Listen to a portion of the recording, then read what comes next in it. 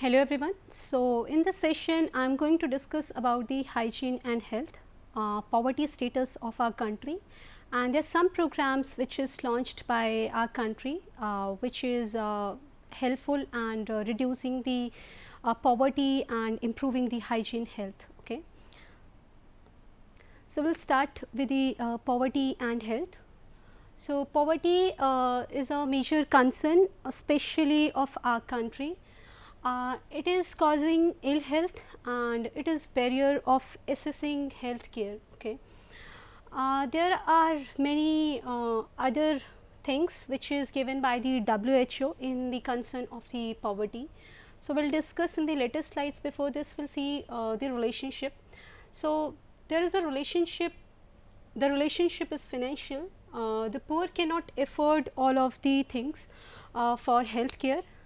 They can't afford or purchase those things which are needed for good health, for healthcare facilities, including some sufficient quantities or quality food, healthcare. That's why there are chances of the non-compliance also. Okay. Now see money and resources. So there are some points we can see here. This is the UK data. In 1 in 5 of the UK population is living in poverty, and over half of these people live in working households. So poverty is damaging the health, and poor health increases the risk of the poverty. Okay. So they are interconnected, and an inadequate income which is causing the poor health, which is affecting these of the things we will discuss here, like this inadequate income which is causing poor health because it is more difficult to, what are the difficulties, see here. First point, avoid stress and feel in control. Okay, this we cannot attain without of the proper income. Okay. Then there are some things like excess experiences and material resources. So whatever things we need in a healthcare or the treatment or diagnostic facilities, that we cannot attain, okay, without of the proper income. Then what are the other barriers here, like adopt and maintain healthy behavior. So we cannot afford for healthy diet, okay, balanced diet also. So healthy behaviors, here we can see healthy behaviors can feel unattainable just because of the inadequate income or poverty. Okay, it is 3 times more expensive to get the energy we need from the healthy food. So this is also one of the problem by how the poverty is affecting the nutrition, or how the poverty is affecting the health of the poor people. Okay. Feel supported by the financial safety net. So in financial safety net there is a one concept of the social insurance. Okay. So poor people also cannot go for the insurance. Okay. So this is also one of the problem which we can attain with the adequate income. Okay. Now what is the World Bank data? So this World Bank is helping, they are providing the funding to the countries, especially to those countries who where the population cannot afford, okay, the services, the healthcare services. So the World Bank is working in the area of the health equity, means they are providing the equal health to all of the people, they are providing fund for it. They are helping financially, they are providing financial protection. This is under health, nutrition and population strategy. So there are so many projects which are going in different countries. I will discuss it later, what are these projects. So see, the bank, this World Bank is supporting governments to implement a variety of policies, okay, the programs which is reducing the inequalities. So inequalities can be on the racial discrimination, there could be economical discrimination also. Yes, here we are talking the economical discrimination, means the discrimination between the poor or the rich. Okay, rich can access all of the healthcare facilities whereas the poor cannot. So we want to reduce these type of inequalities here. Okay. In health outcomes, and we want to enhance the financial protection. So this World Bank is helping different countries in this way. Okay. Now there are some examples. So see, how these World Banks are helping. So, first here is reducing the direct cost of care at a point of a service. Okay. So, what they can do, they are working through reducing user fees for the poor. Okay. This thing can be done. So, who are under the BPL, so their health services, so the charge for the health services will be low. We can also expand the health insurance, okay, for the people who are in the BPL, okay, below poverty line. Then there is also one thing like increasing efficiency of care, okay, to reduce total consumption of the care. So, we can also limit the irrational drug prescribing. This is also one of the important thing by which we can reduce the burden, okay, burden of the diseases. Economical burden we can reduce by limiting the irrational drug prescribing, or we can strengthen our rational prescriptions. Okay. So, these are some of the things we can do, and World Bank is providing these type of help. Okay. Then reducing inequality in determinants of health status. Okay. So, or healthcare utilization, such as reducing distance, okay, through providing services closer to the poor. So, here there are some programs like providing primary health care centers to the rural areas, then sub centers to the rural areas. Okay. There are some local centers we can provide, okay. Then doctors facility, mobile health care facility. These are some type of services can be provided. Okay. There are some camps we can organize for. So, these are under the reducing distance, or we are providing services closer to the poor, because there is a one concept of accessibility also. Whatever the services are launched, they should be accessible also. Okay.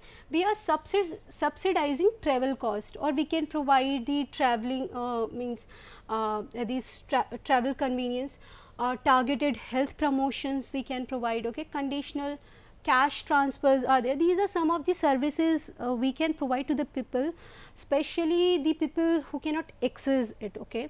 Then expanding access to care by using private sector or public private partnership, also the collaboration with international organization. Okay. Not only the local organization, the private organization, the government organization, the NGOs, or the intergovernmental international organization, these all can work collaboratively to help the people. Okay. There are some of the projects which are going on, and they are supported by the World Bank. Okay. They are known as World Bank projects. Financially they are supported. Okay. So, first project here we can see is the Rajasthan Health System Development Project. They are helping the vulnerable Indians, okay, who are poor, who cannot access the healthcare facilities. Then there is a one project. These are some of the only few examples we have taken. There are many projects apart from it. So, Georgia Health Sector Development Project. Okay. This is for the country government of Georgia. They have taken one of this step for also for the vulnerable people. There is a one project called Mekong Regional Health Support Project. Okay. This is by the government of Vietnam. Okay. So, similarly there are other projects as well which are funded by the World Bank. Now, if I will talk about the programs which is in India. So, poverty in India and what are our government initiatives. So, India's strategies to overcome extreme poverty. There is a one program we can see, program 1, Deen Dayal Upadhyay Gram Kaushal Yojana. This was launched in 2014. Okay. They are providing employment to the people, young people especially who are unemployed. Okay. So, they are providing skill also. Then there is another program called as Pradhan Mantri Kaushal Vikas Yojana. This was launched in 2015. Okay. So, this was also providing the skills or employment to the people Pradhan Mantri Kaushal Vikas Yojana. They are providing the skill to the people, improving the skills. Then there is a one program, Pradhan Mantri Garib Kalyan Yojana. Okay, they are for the poor people. This was launched in 2016. Okay, then there was a one program which is Ayushman Bharat scheme. Okay, so they are providing insurance to poor people. Insurance, here I am talking about the health insurance. Okay, so they are covering those people who cannot access the healthcare facilities. For them we have Ayushman Bharat scheme. Okay, this was launched in 2018. Okay, they are providing free medications, and they are providing the healthcare facilities, free healthcare facilities basically for the below poverty line people. Okay, poor people. Then there was one another scheme which is going on is Pradhan Mantri Gramin Awas Yojana. Okay, this is also for reducing the poverty. This was launched in 2015. Pradhan Mantri Gramin Awas Yojana is providing the housing facility for rurals. Okay. Similarly, we have housing facility which is going on for urban also. Housing for all, there was one scheme going on, housing for all. Okay, for urban people. So these are some of the programs which is going on in India. These are the government initiatives to reduce the poverty. Okay. Now there is a another part in the hygiene and health. Apart from the poverty, we have a personal hygiene and health. Okay. Now personal hygiene is very important. This thing we are seeing in the even in today's scenario, coronavirus, COVID, the personal hygiene, how the personal hygiene is important. So what are the personal hygiene habits which should be like washing the body often, cleaning the teeth, brushing the teeth, okay, washing the hair with soap and shampoo, washing hands with soap, dirty clothes should be washed, covering the nose and mouth, okay, while coughing and sneezing, don't be go in a overcrowding area. So these are some of the personal hygiene and health steps. Now why they are important? So we'll see the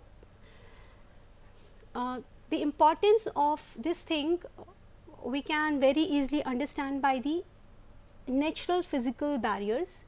Our skin, hair, mucous membrane are natural physical barriers, yes, whereas there are some chemical barriers like tears, saliva, mucus, sweat. Okay, so these all are barriers which are preventing the transmission of these microbes. Okay, now harmless and beneficial microbes, there are some microorganisms which are harmless.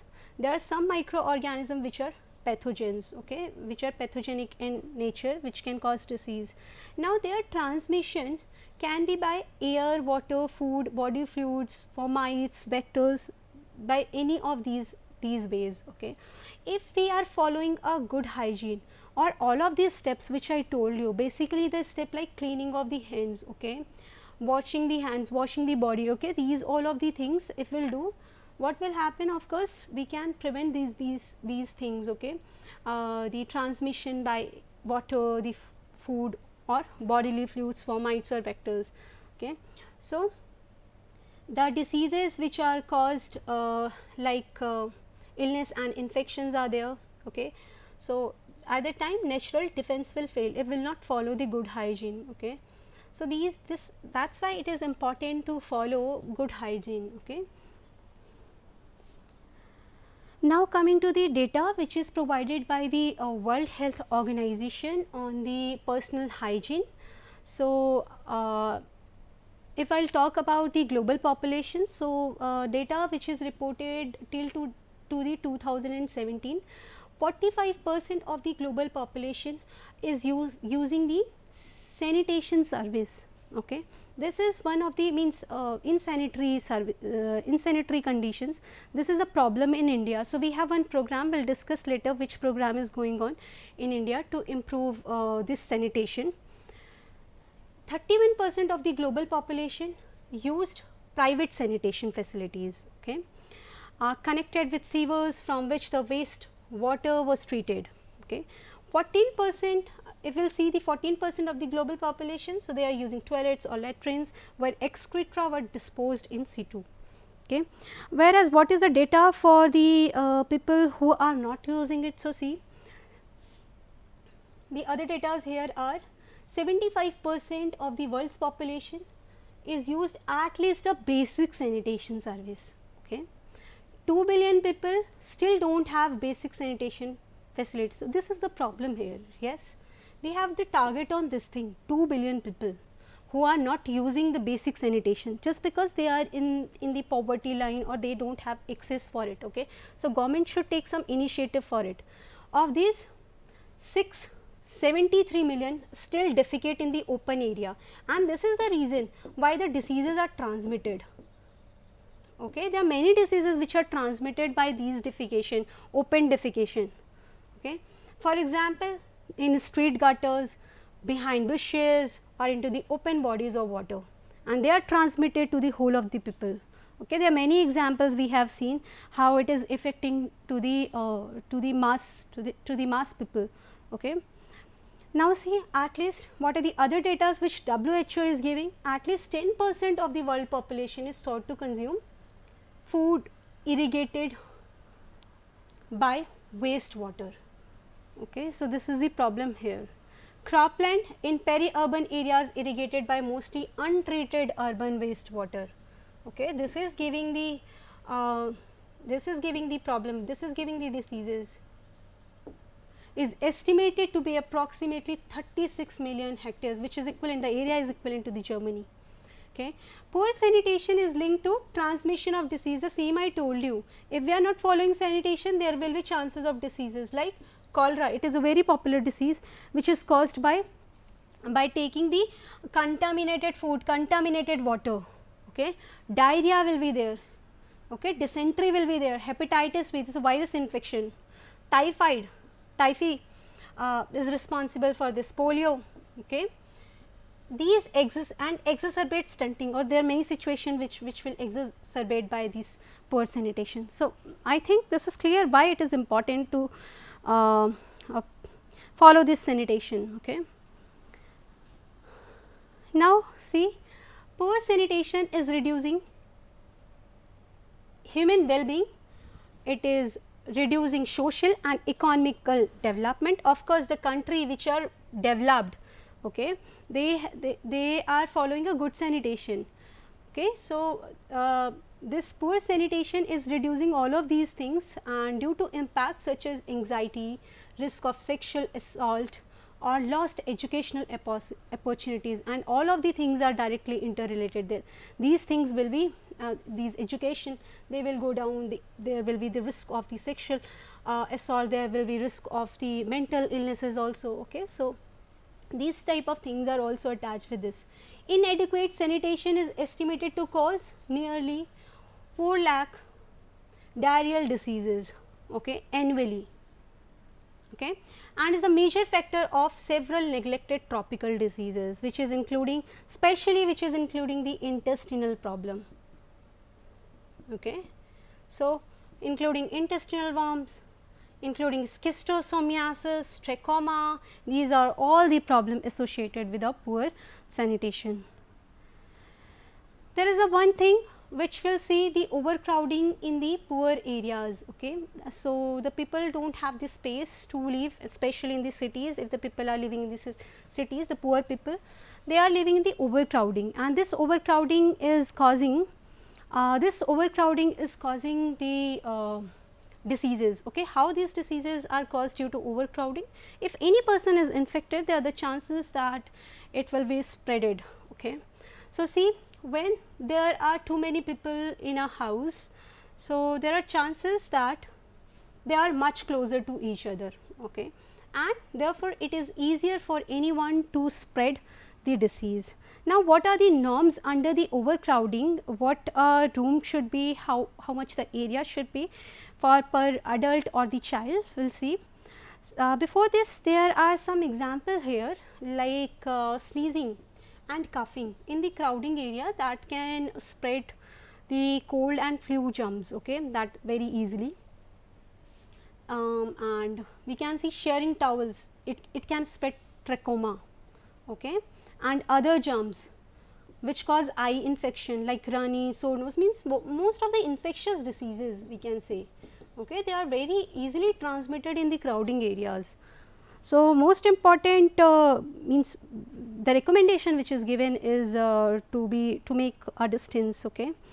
Now, the number and size of the bedrooms in the overcrowding area. So, it should be, what is the law here? The law requires that each adult person has at least 13 cubic meters, okay, of air, and each child has, this is for 13 cubic meter is for the adult, okay, that space is required, and for the child 10 cubic meters of air in the sleeping area, okay. So, that should be taken care even while in the overcrowding, okay.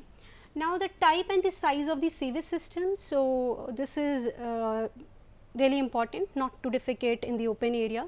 So, usually a household septic tank system would be there, okay, within 2 round tanks which has been at least maximum capability of for the 10 people, okay. Now, there is one Abhiyan which is going on is the Swachh Bharat Abhiyan. So, this Swachh Bharat Abhiyan was launched in 2015, and this program is for making or cleaning the whole of the India. This was the main goal. So, Swachh Bharat Abhiyan, or it is also known as Clean India Mission, which was initiated by PM Narendra Modi, okay.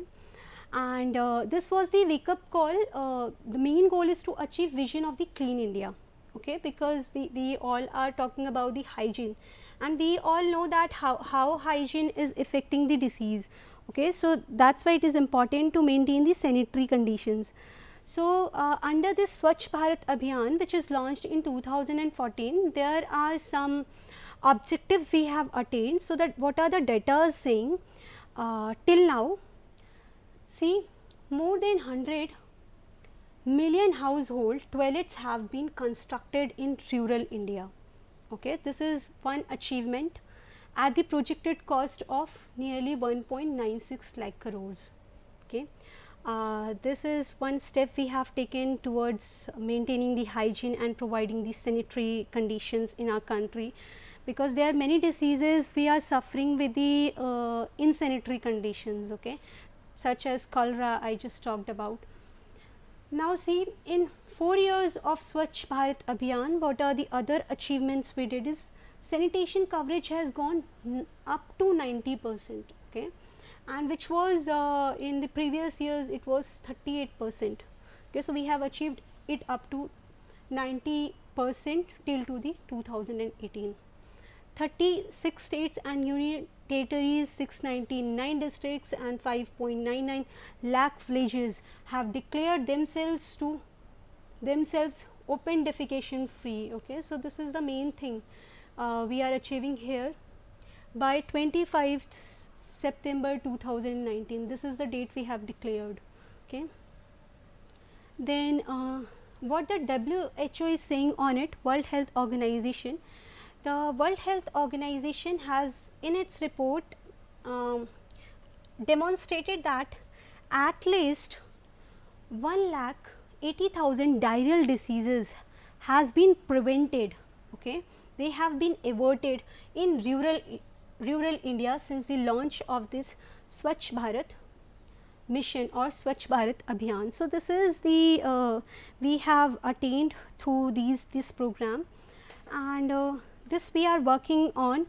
There are many other programs which are going on the local levels for improving the sanitary conditions. so to reduce the diseases and all. Okay.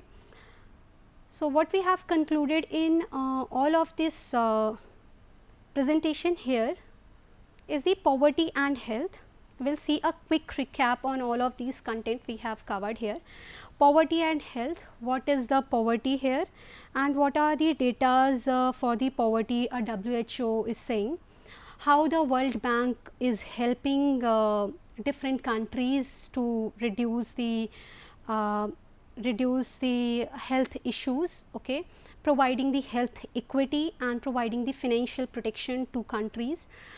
There are many projects which are going on. So, like Rajasthan Health System Development Project, these are some of the example only we have put here. Georgia Health Sector Development Project, Mekong Regional Health Project, Health Support Project.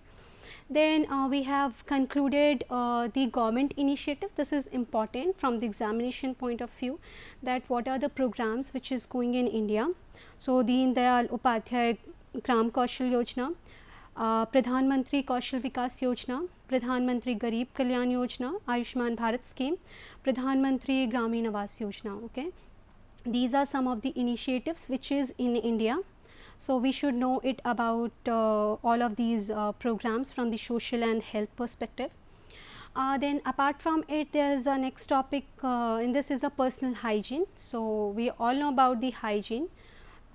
We should follow all of these hygiene steps so that we can prevent the diseases which are caused due to this. What is the data WHO is saying on this? How many people are suffering from these insanitary conditions? How many people are managing the sanitary services? Okay. Then overcrowding is also one of the thing we are seeing in the especially in the urban areas where the people are coming, they are migrating from one place to another place, especially in the urban areas for the work, for the job. So, they are living in the overcrowding environment, and this we should to take care that in the overcrowding how to reduce the spread, okay, how to reduce the spread of the diseases which are infectious in nature. They are more prone to cause infections in overcrowding area. What are the norms for the size of the bedrooms or what should be the air required? Okay, how many cubic meters of air required for the adult and children we have covered. There should be a sewage system is very much required. There should not be open defecation, which is the main cause of the diseases. Then we have ultimately covered one program, Swachh Bharat Abhiyan, which was launched in 2014, and what are their from these of the objectives what we have attained. Okay. So, I think this is clear to all of you. This is a very simple topic, and we will meet in the next session for other topics. Okay. So, thank you so much everyone.